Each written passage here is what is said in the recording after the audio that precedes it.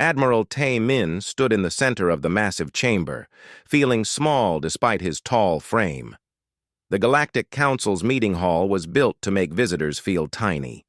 Curved walls stretched up so high that the ceiling disappeared into darkness. Strange lights floated in the air, casting shifting colors across the polished floor. Around him, the representatives of dozens of alien species sat in floating chairs, looking down at him like judges. The humans had been trying to join the Galactic Council for 3 years. Earth's scientists had finally cracked faster than light.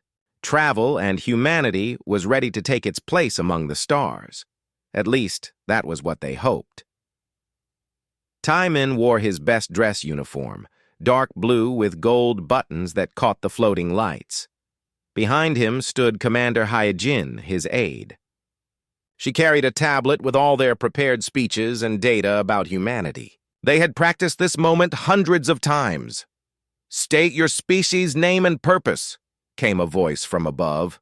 The translator in Taemin's ear turned the alien words into Korean, though the mechanical tone made it sound cold.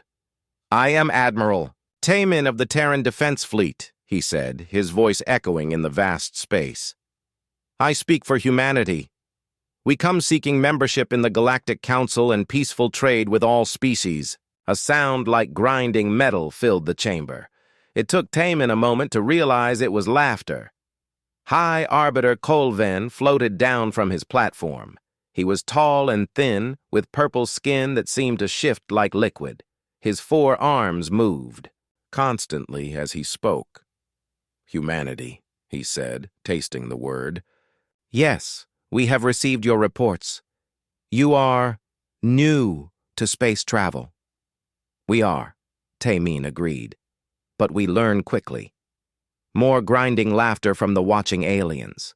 Counselor Vextar of the Hegemony Alliance leaned forward.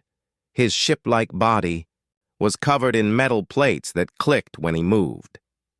"We have seen your ships, human. They are primitive." Taemin felt his jaw tighten, but he kept his voice calm. "Our ships serve their purpose." "Their purpose?" Counselor Nathra's voice was like breaking glass. The Crystal Dominion representative was beautiful in an alien way, her body made of what looked like living diamond. Light bent around her as she moved. "Your ships appear to be built for war, not exploration. How barbaric." "Our ships are built to last," Taemin said. "They can operate for months without returning to port. They can fight when needed and explore when the galaxy is peaceful." The chamber erupted in more laughter. Vextar's metal plates rattled. "Fight? With what?" "Metal tubes filled with chemical explosives. Fusion reactors that belong in museums." Hyejin shifted behind Taemin. He could feel her anger, but she stayed silent. They had expected this reaction. High Arbiter Colven raised one of his 4 hands for silence. "Human Admiral, your species uses crude methods, nuclear weapons, kinetic projectiles, simple energy beams. The civilized galaxy moved beyond such things thousands of years ago." "These methods work," Taemin said simply. "Against other primitives, perhaps," Nathra said. Her crystalline form sparkled with amusement. "But civilized warfare requires precision, elegance. Our ships can phase between dimensions. Our weapons manipulate matter at the quantum level.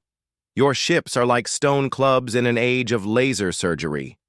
Taemin took a deep breath. This was the moment he had prepared for. "Honored counselors, our ships may seem simple to you, but they have one advantage that your advanced vessels may lack."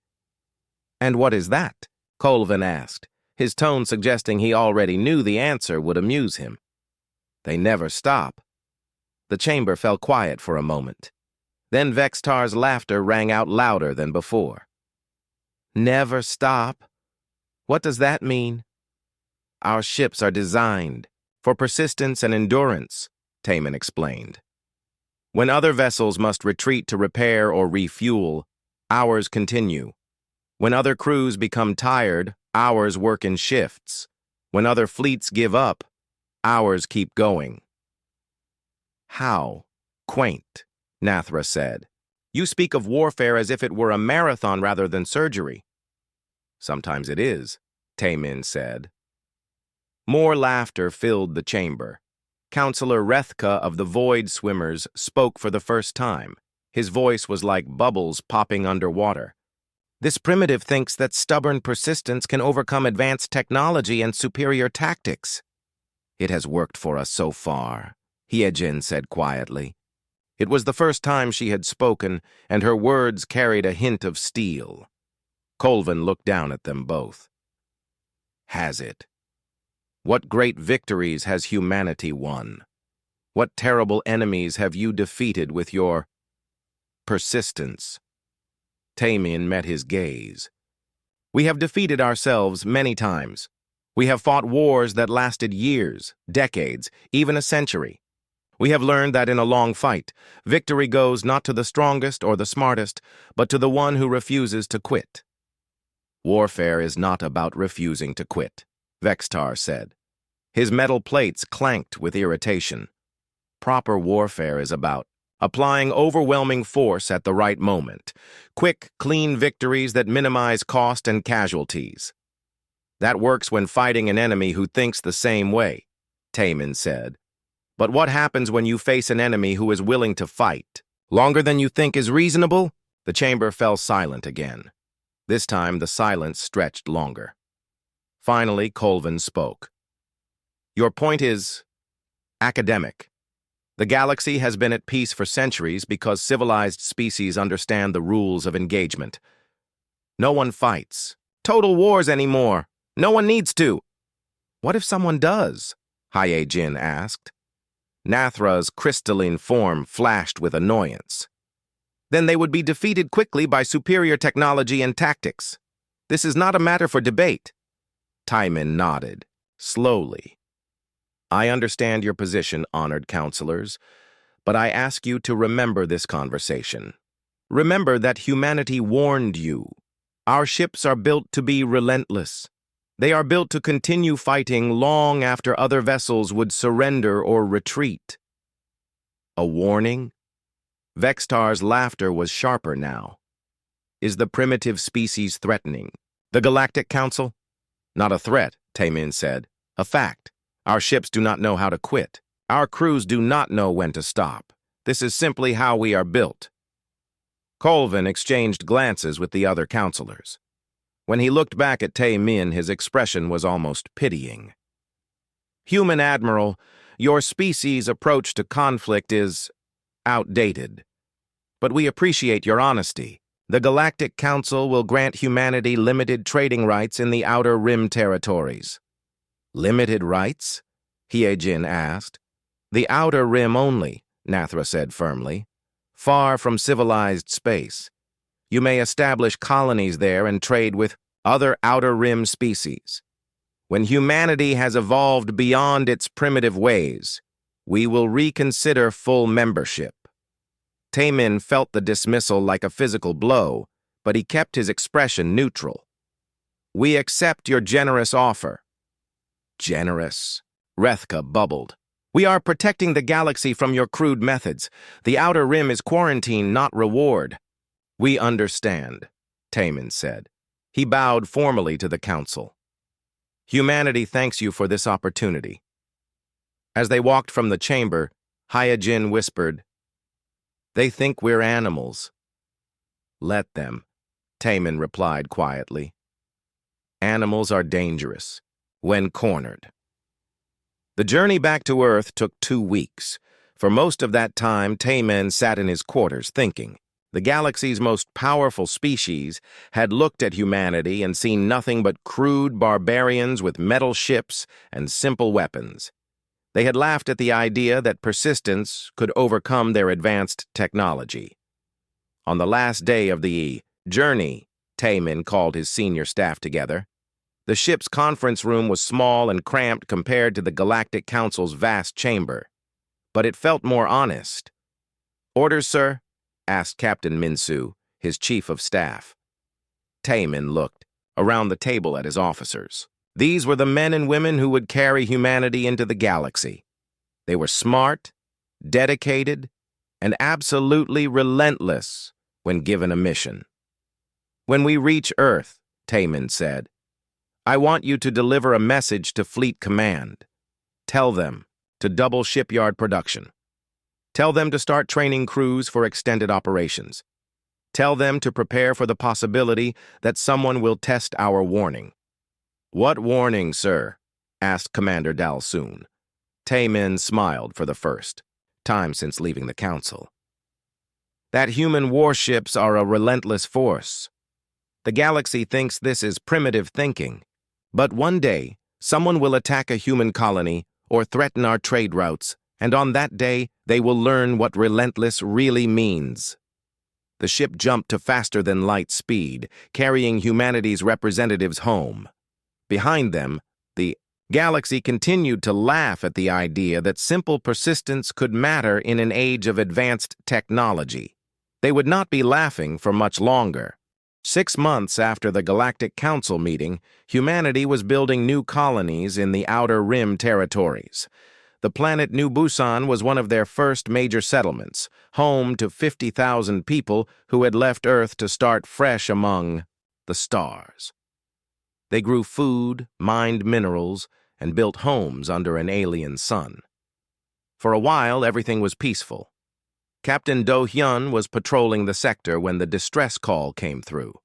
He was commanding the destroyer Incheon's Pride, one of the newer ships in the human defense fleet. The ship was not pretty like the sleek vessels other species built. It looked like what it was, a metal box filled with weapons, armor, and everything, needed to fight for months without returning home. "Captain," called Lieutenant Subin from her station. "Emergency signal from New Busan Colony.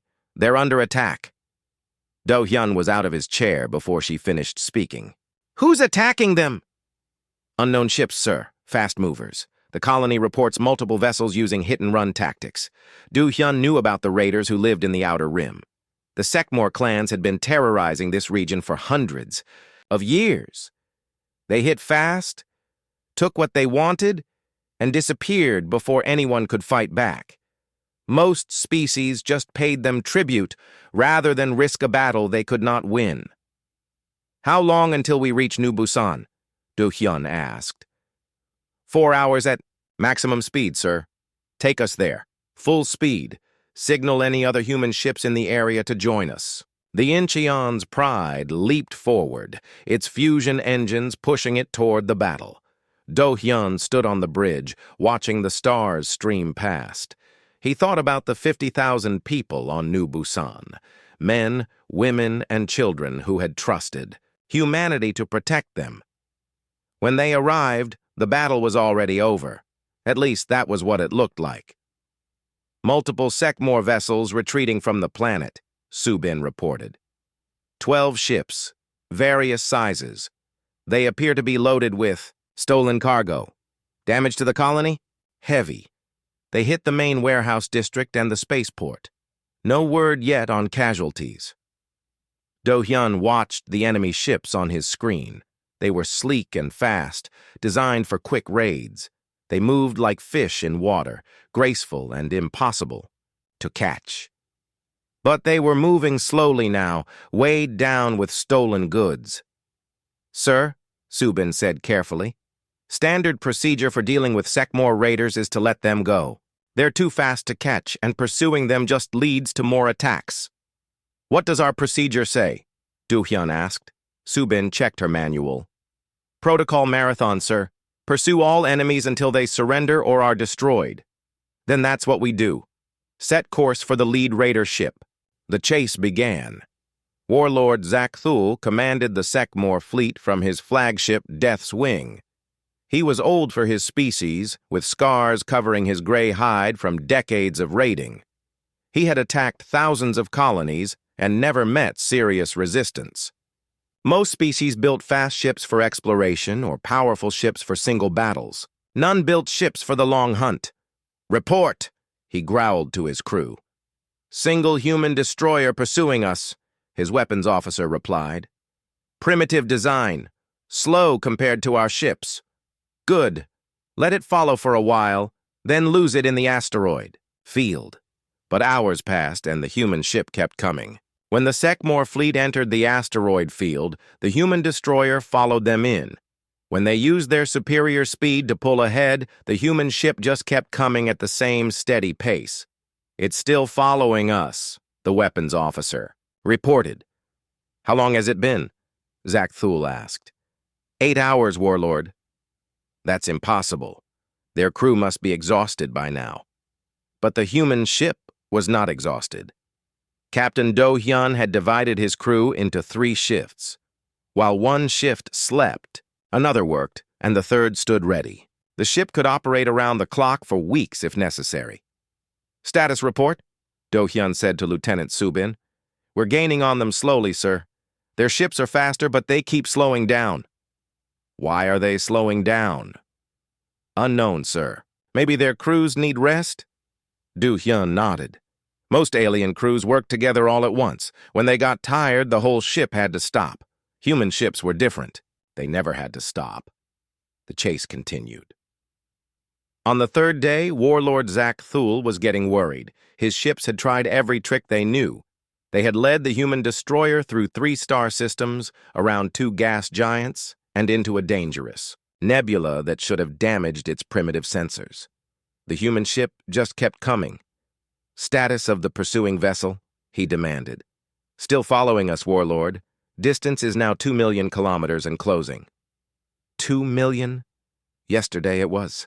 3 million! Yes, Warlord, it's gaining on us. Zak Thul stared at the screen showing the human ship. It was ugly and blocky, like a metal brick with engines. It should have given up days ago. Any civilized species would have given up days ago. Send a message to the human ship, he ordered. Tell them we are willing to negotiate. The reply came back quickly. Return stolen goods and surrender. No negotiation. Zak Thul snarled. They dare make demands. Accelerate to maximum speed. The Sekmor fleet leaped forward, their advanced engines pushing them far ahead of the human destroyer. For a few hours, it looked like they had finally escaped. Then, the long-range sensors picked up the human ship again. Still following. Still coming. On the 5th day, other Sekmor commanders began calling Warlord Zak Thul. My crew is exhausted, reported Commander Veltok from the Raider Swift Strike. We need to stop for rest and maintenance. My engines are overheating, added Captain Nexra from Shadow's Edge. We cannot maintain this pace much longer. Zak Thul looked at his own crew. They had been running for 5 days straight. His warriors were falling asleep at their posts. His ship's systems were showing stress from constant high-speed flight. And still the human destroyer followed them, like death itself. How can they keep going? He whispered. His answer came when they intercepted a transmission from the human ship. Captain Do Hyun was talking to his crew over the ship's communication system. All stations, this is the captain. We have been in pursuit for 5 days. The enemy is showing signs of fatigue. Shift 3 will take over operations while Shift 1 gets some sleep. Shift 2 will handle maintenance. We will continue pursuit until the enemy surrenders or is destroyed. Zak Thul listened to the calm, steady voice. There was no anger in it, no excitement, just determination. The human captain spoke like someone who could do this for months if necessary. They work in shifts, Zak Thul realized. Their entire ship is designed for this. On the 7th day, the first Sekmor ship broke down. Swift Strike suffered engine failure and had to drop out of the chase. The human destroyer immediately moved to capture it. Commander Veltok, Do Hyun's voice came over the communication system. Surrender your ship and crew. You will be treated. According to galactic law, Veltok looked at his exhausted crew and his failing ship. The human destroyer looked as fresh as the day the chase began. Its weapons were aimed at his vessel, ready to fire. I surrender, he said quietly. One by one, the other Sekmor ships began to fail. Not because they were destroyed in battle, but because they simply could not keep running. Their crews were exhausted. Their engines were overheating. Their supplies were running low. The human destroyer just kept coming. On the 10th day, Warlord Zakthul was alone. His 11 other ships had either surrendered or been captured. His own ship was running on emergency power. His crew had not slept properly in over a week. Behind him, always behind him, came the human destroyer. It had been chasing him for 10 days across 4 star systems. It had never stopped. It had never slowed down. It had never given up. "This is insane," he told his weapons officer. "No species fights like this." "The humans do, Warlord." Zakthul looked at the approaching ship on his screen. He finally understood what he was facing. This was not a normal patrol vessel. This was a hunter that never stopped hunting.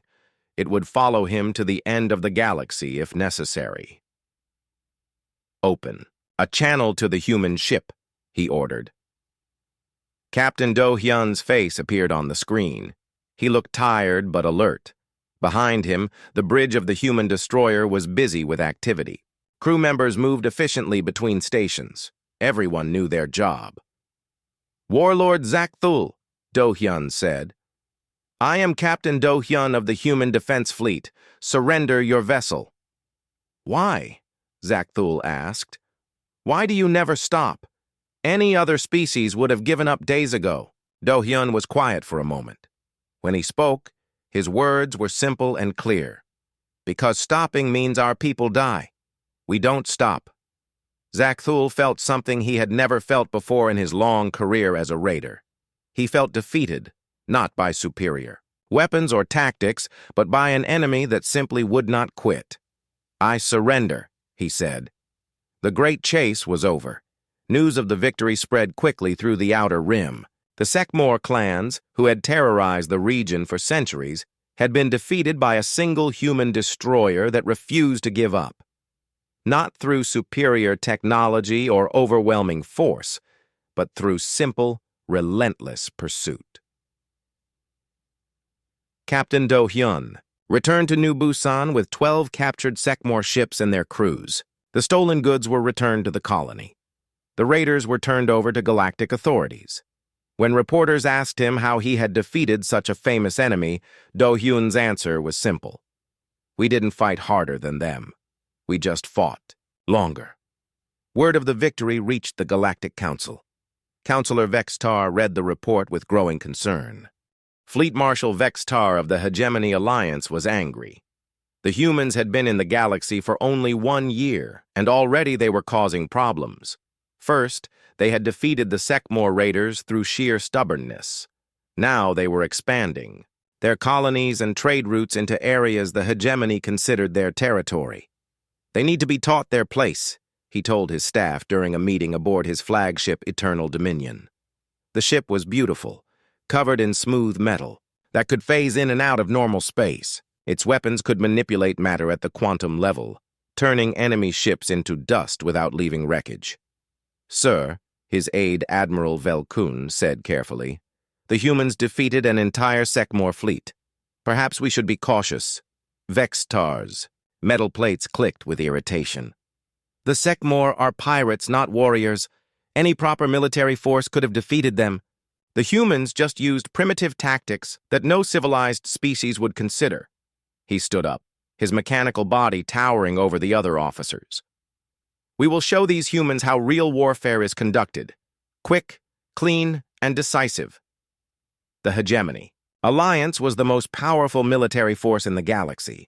Their ships could appear and disappear at will. Their weapons could destroy targets from dimensions that did not normally exist. They had never lost a war because they never fought wars. They ended conflicts before they could begin. 3 days later, the Hegemony fleet attacked the human trade station orbiting Kepler 442. It was supposed to be a demonstration. Show the humans that their crude metal ships were no match for advanced technology, force them to accept hegemony control over the region, and restore proper order to the galaxy. The attack began at exactly 0800 Galactic Standard Time. 12 Hegemony Warships phased into normal space around the trade station, their weapons already charging. The human defenders had only 4 ships, 2 destroyers, 1 cruiser, and an old frigate that should have been scrapped years ago. "Human vessels," Vextar transmitted. "You are outmatched and surrounded. Surrender immediately and accept hegemony, authority over this region." The reply came from Admiral Kyung-soo aboard the battleship Seoul's Defiance. The ship was massive and ugly, covered in armor plates and weapon mounts. It looked like it had been built in a factory that specialized in making sledgehammers. "Fleet Marshal Vextar," Admiral Kyung-soo said calmly. "You are attacking a civilian trade station. Withdraw immediately or face the consequences." Vextar laughed. "Consequences? You have 4 primitive ships against 12 of the most advanced warships in the galaxy. What consequences could you possibly threaten us with?" "You'll find out," Kyung-soo replied. The battle began immediately. Hegemony ships phased in and out of normal space, appearing long enough to fire their quantum weapons, then disappearing, before the humans could respond. It was the standard hegemony tactic: hit fast, hit hard, and be gone before the enemy could fight back. The old human frigate was destroyed in the first minute. One of the destroyers took heavy damage and began leaking atmosphere. The cruiser's main guns were knocked out by a quantum beam that turned the metal into gas. "Surrender now," Vextar ordered, "and we will allow the survivors to evacuate." "Negative," Admiral Kyung-soo replied. "All ships, implement Deep Hunt Protocol." Vextar had never heard of Deep Hunt Protocol. He was about to find out what it meant. Instead of staying to fight a hopeless battle, the remaining human ships scattered. The damaged destroyer jumped to faster-than-light speed and disappeared. The cruiser, with no main guns, also jumped away. Even Admiral Kyung-soo's battleship vanished into hyperspace. "Sir," Admiral Velkun reported, "the human ships have retreated. Should we pursue?" Vextar was confused. "Retreated? But they fought for only 5 minutes. That is not a proper surrender." "Perhaps they plan to return with reinforcements? Then, we will wait here and destroy them when they come back." But the humans did not come back. Not to the trade station, anyway. Instead, they appeared everywhere else. Captain Yoonji commanded the cruiser Jeju Dawn, the ship that had lost its main guns in the battle. Instead of retreating to a safe port for repairs, she took her ship to the Hegemony Supply Depot at Rigel 7. The depot was lightly defended, just 2 patrol ships and some automated systems. "This is insane," her weapons officer Commander Jae-ho said. "We have no main guns. How are we supposed to fight?" "We still have missile tubes," Yoonji replied, "and ramming speed." The attack on the supply depot was not elegant. Captain Yoonji's ship charged straight at the defenders, taking heavy damage but refusing to stop. When her missiles were gone, she used her ship's mass as a weapon, ramming one of the patrol ships and destroying it. The other patrol ship retreated rather than face a captain who was clearly insane. With the depot captured, Captain Yoonji did something that shocked the hegemony. Instead of holding it, she destroyed everything. Fuel tanks, spare parts, food supplies, ammunition, all of it was turned into expanding clouds of gas and debris. Why would they destroy it instead of keeping it? Admiral Velkun asked when he received the report. Fleet Marshal Vextar was starting to feel worried. "I don't know. Send 2 ships to recapture the depot." But when the hegemony ships arrived at Rigel 7, they found only wreckage.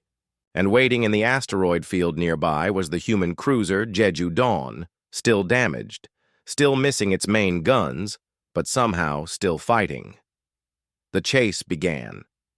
Captain Yoonji led the 2 hegemony ships through the asteroid field, using the rocks as cover. Her ship should have been easy to catch. It was damaged and slow.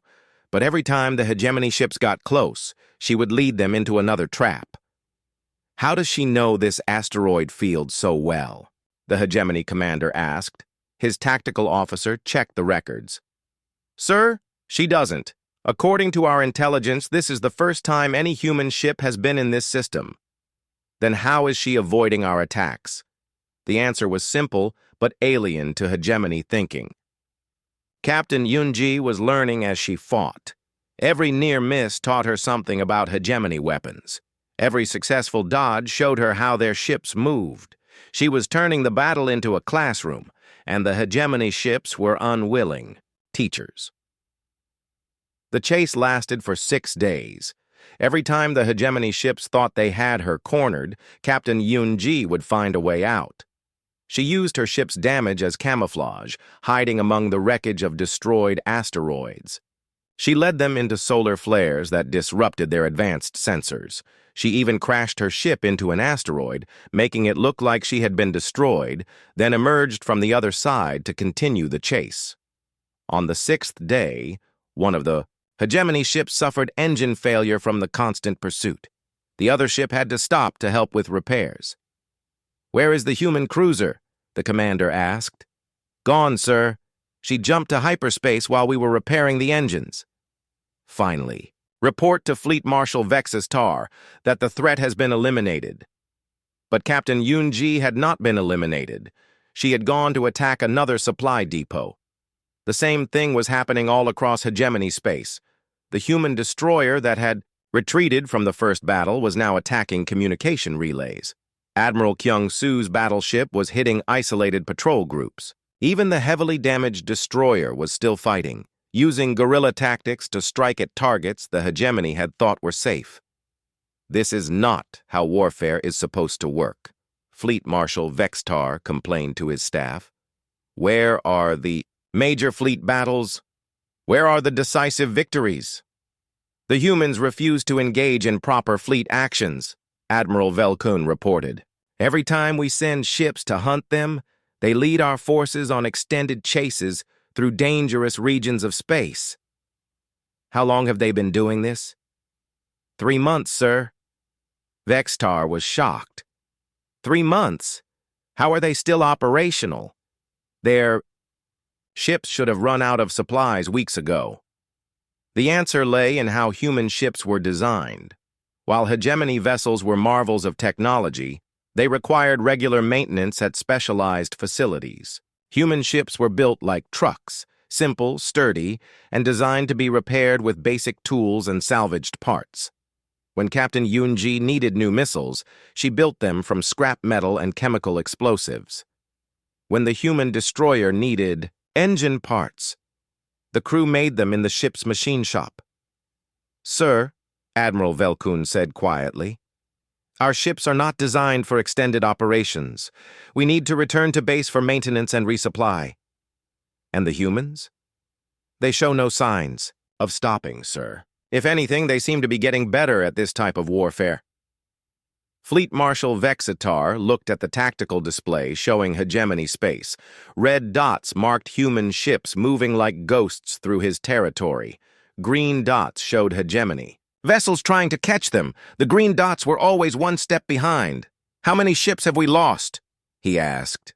17 destroyed, 34 damaged beyond field repair capability. "And sir, we're running low on supplies.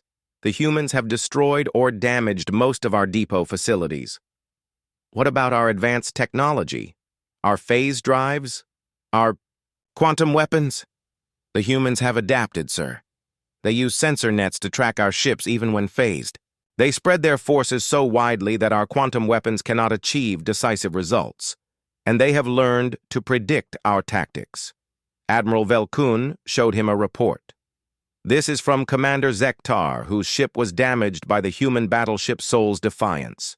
Empress Nathra of the Crystal Dominion watched the news reports with growing concern. First, the primitive humans had defeated the famous Sekmor raiders. Then they had somehow beaten the mighty Hegemony Alliance in a war that should have lasted days but dragged on for months. Now trade disputes were escalating into something that looked like it might become another war. "They cannot possibly defeat us," she told her war crystal Lethera. "The hegemony lost because they relied on brute force. We fight with precision and intelligence." The Crystal Dominion was famous throughout the galaxy for their perfect military tactics. Their ships moved like dancers, every movement calculated to the smallest detail.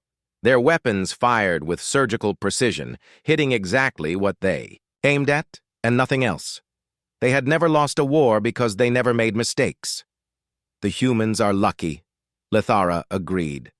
They have won through accident and stubbornness. Against proper tactics, they will crumble quickly. The trade dispute was simple enough. Human merchants were selling goods in Crystal Dominion space at prices the local companies could not match.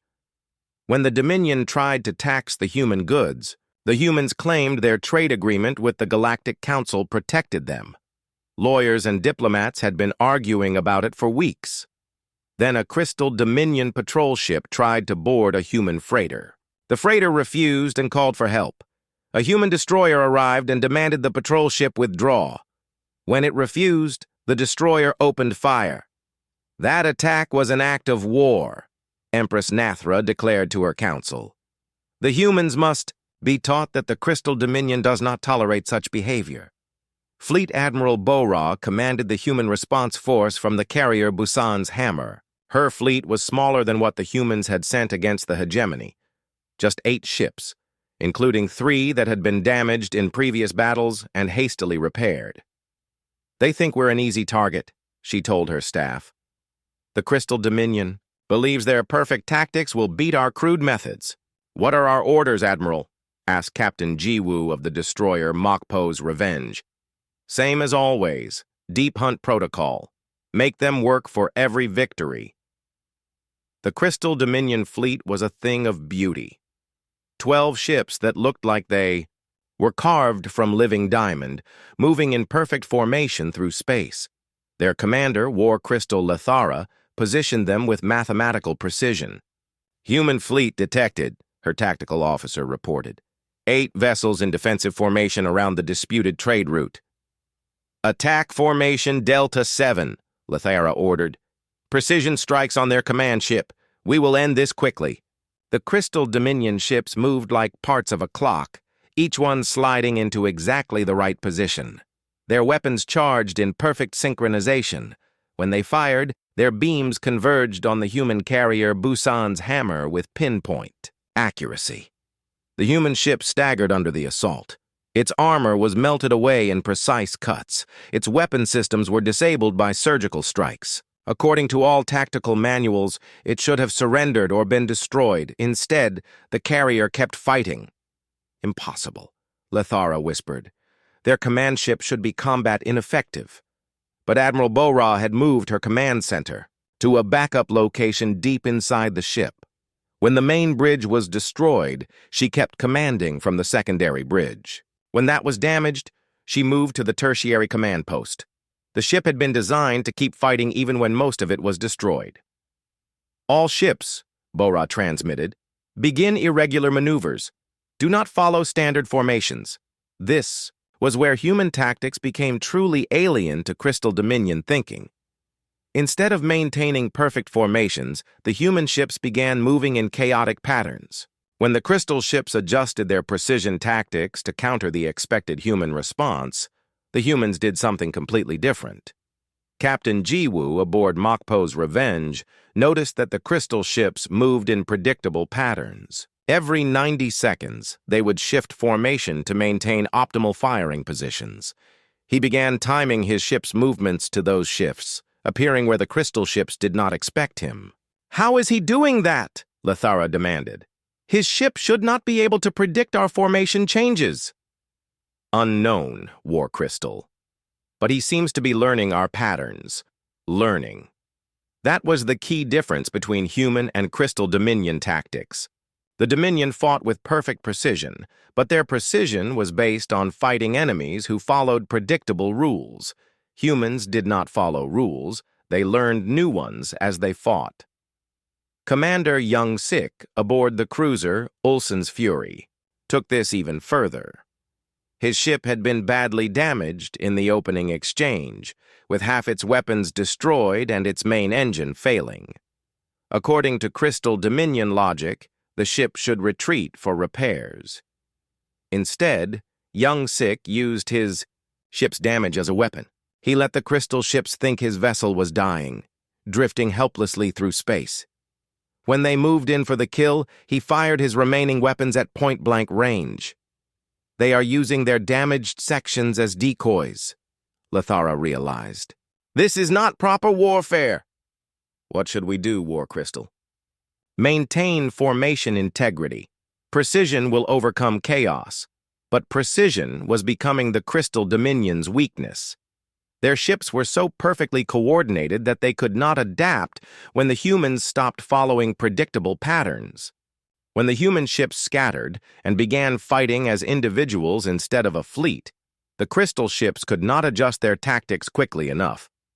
The battle that should have lasted 30 minutes stretched into hours, then days.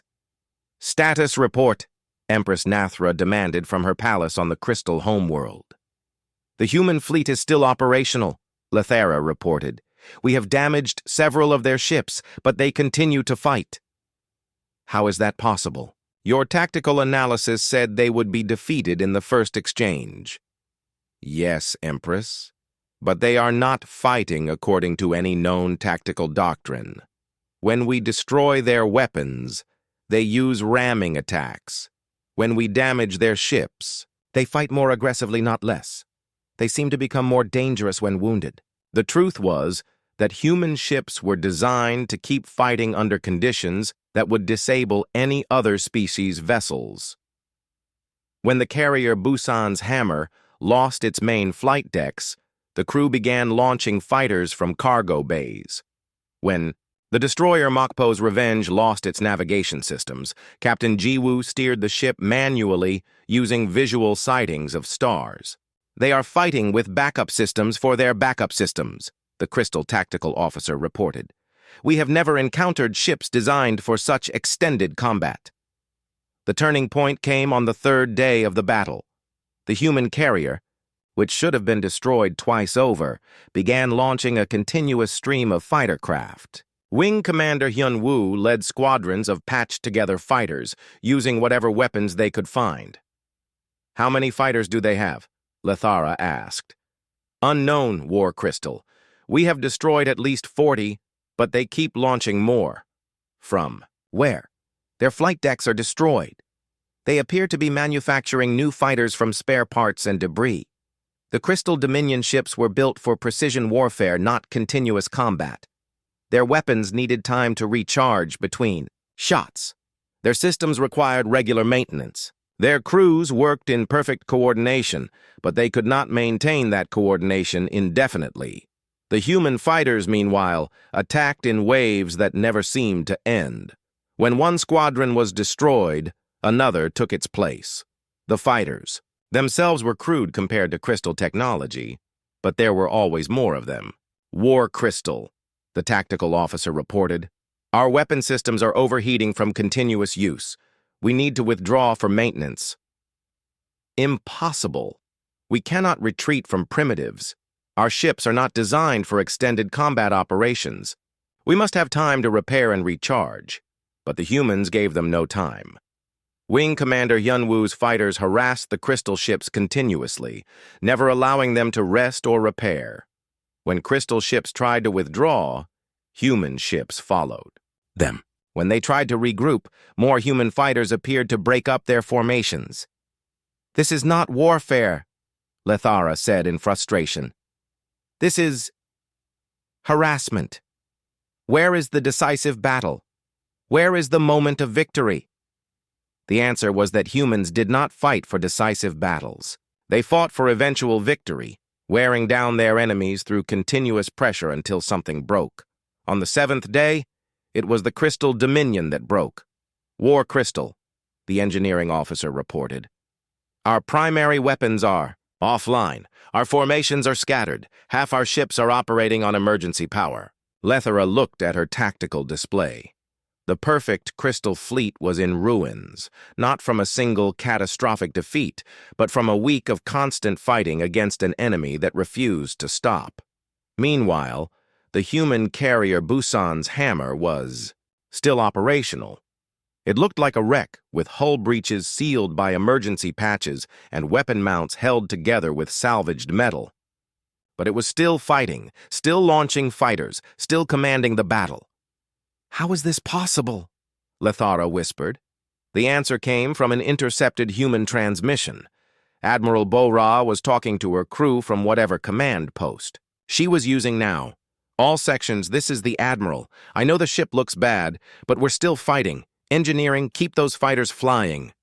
The Galactic Council chambers felt different now. 3 years had passed since Admiral Tay-Min first stood before the assembled alien representatives, and the galaxy had changed. Reports flooded in from every corner of known space, all telling the same impossible story. Humanity was thriving. High Arbiter Colvin floated in his chair, reading the latest updates. Human merchant ships were successfully fighting off pirate fleets that had terrorized trade routes for centuries. Human exploration vessels were discovering new worlds in regions other species had declared too dangerous to explore. Human colony. Ships were establishing thriving settlements on planets that had been written off as impossible to inhabit. This cannot be accurate, Counselor Vextar said, his metal plates clicking with agitation. These reports make it sound as if the humans are unstoppable. Perhaps they are, said a new voice. Ambassador Sung Hee stepped into the chamber, flanked by an honor guard of human naval officers. She was smaller than Admiral Tay-Min had been, but she carried herself with the same quiet confidence that had marked all human representatives. Behind her walked the captains who had become legends across the galaxy. Captain Do-hyun, who had chased the Sekmor raiders across 4 star systems. Captain Yunji, whose damaged cruiser had somehow defeated superior hegemony forces. Wing Commander Hyun-woo, who had flown continuous missions for days without rest. Each one represented a different human victory that should have been impossible. Honored counselors, Ambassador Sung Hee said with a formal bow, humanity thanks you for granting us the opportunity to prove ourselves in the Outer Rim territories. Prove yourselves? Counselor Nathra's crystalline form flickered with confused light. You were supposed to learn civilized behavior. Instead, you have fought wars with half the galaxy.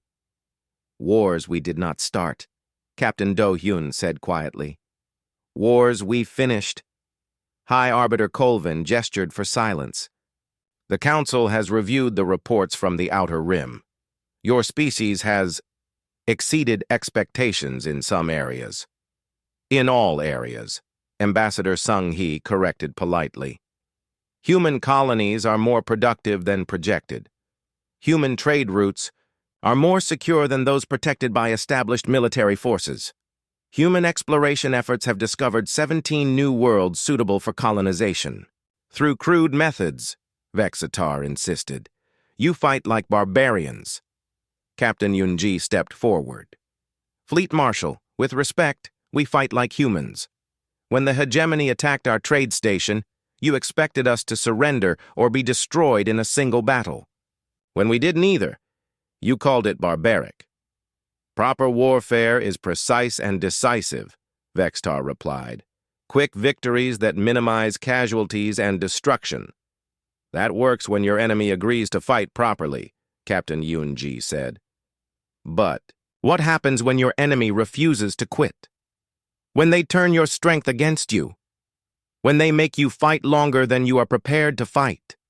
The chamber fell silent. These were questions the galaxy's military leaders had been asking themselves since the humans arrived. Admiral Velkun of the hegemony stepped forward from where he had been standing with other military observers. Honored counselors, I was present during the war with the humans.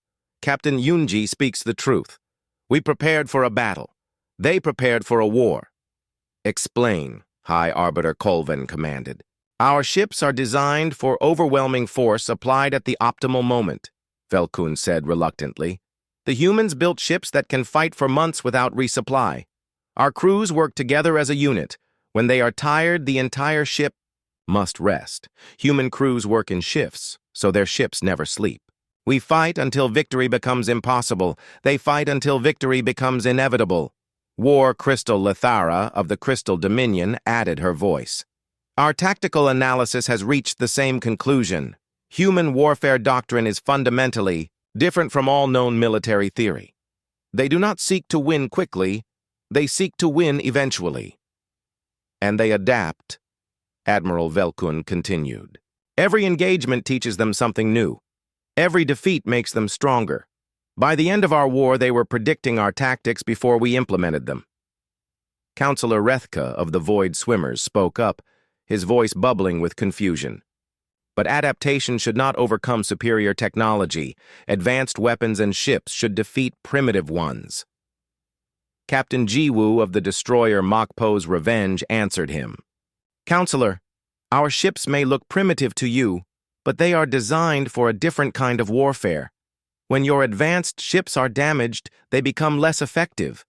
When our ships are damaged, we find new ways to use them. You fight with broken ships, Nathra observed. We fight with available ships, Captain Jiwoo corrected. Broken is just another condition to work around. High Arbiter Colven looked around the chamber at the assembled representatives. The galaxy's most powerful species were all present, and they were all looking at the humans with a mixture of respect and confusion. The council must ask, he said slowly. What do you want from us now?